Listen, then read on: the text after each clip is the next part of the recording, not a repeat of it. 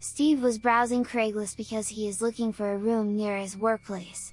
He just graduated from college, and needs to manage his finances wisely. Because apart from his daily expenses, he also needs to pay off his student loan.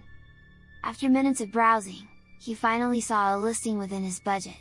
The room is already fully furnished and has a private bath. It has air conditioning and its floor is carpeted. Cooking and doing laundry inside the house is allowed. Steve didn't waste any more time. He immediately sent an email to the landlord. The transaction was smooth, and after just 1 week, he found himself already parking in the house's garage on a Sunday afternoon. He was welcomed warmly by the owners of the house, Carlos and Andrea. The couple led Steve to his bedroom. After giving the house rules, the two left Steve in the room to unpack and get settled. That night, the couple invited Steve to have dinner with them, so they can get to know each other better. Carlos said that he and Andrea have already been married for 5 years, but still unable to have a child because of health problems. Steve was surprised that such sensitive and private information was shared to him. He just empathized with the couple. After a few exchanges of small talks, they called it a night and went to their respective bedrooms. The following day, as Steve is leaving for work, he noticed a black sedan parked on the other side of the street. If he was not mistaken, that's the same sedan which parked just minutes after he arrived last night, which appeared to be following him on the way to the house. Steve didn't give it much thought, because it might just be a coincidence that they were going to the same street. But when he was driving on the highway, he noticed that the same black sedan is tailgating. He found it strange and he was quite bothered, because this is too much of a coincidence. He just focused on driving and looked straight ahead. When he arrived at work, he saw yet again the black sedan parked several feet away from his car. This time, Steve was creeped out. The black car is indeed following him. He hurriedly went inside his office building out of fright, hoping that the car will be gone at the end of his shift. After 8 grueling hours of work, Steve went to a grocery store to buy some personal stuff and food supplies. He was walking along an aisle when he noticed someone following him. His heart started pounding. He doesn't want to look back.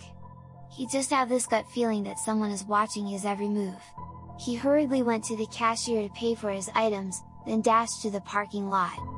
He was about to start his car when he noticed a man seating at the back seat. Steve screamed and tried opening the door, but the man stopped him. The man asked Steve to remain calm. He introduced himself as a detective. He was indeed following him due to an ongoing investigation. He said that people have gone missing over the past 5 years, and their primary suspect is the couple, where Steve is currently staying with. He said that there were tips and leads that the couple is involved in some satanic cult.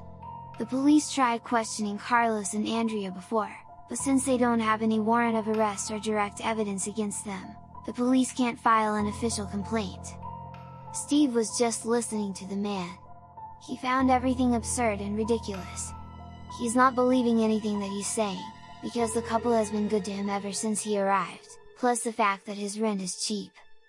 When he arrived at the house, he was asked again by the couple to join them for dinner, to which he eagerly accepted. Steve told about the man who kept following him.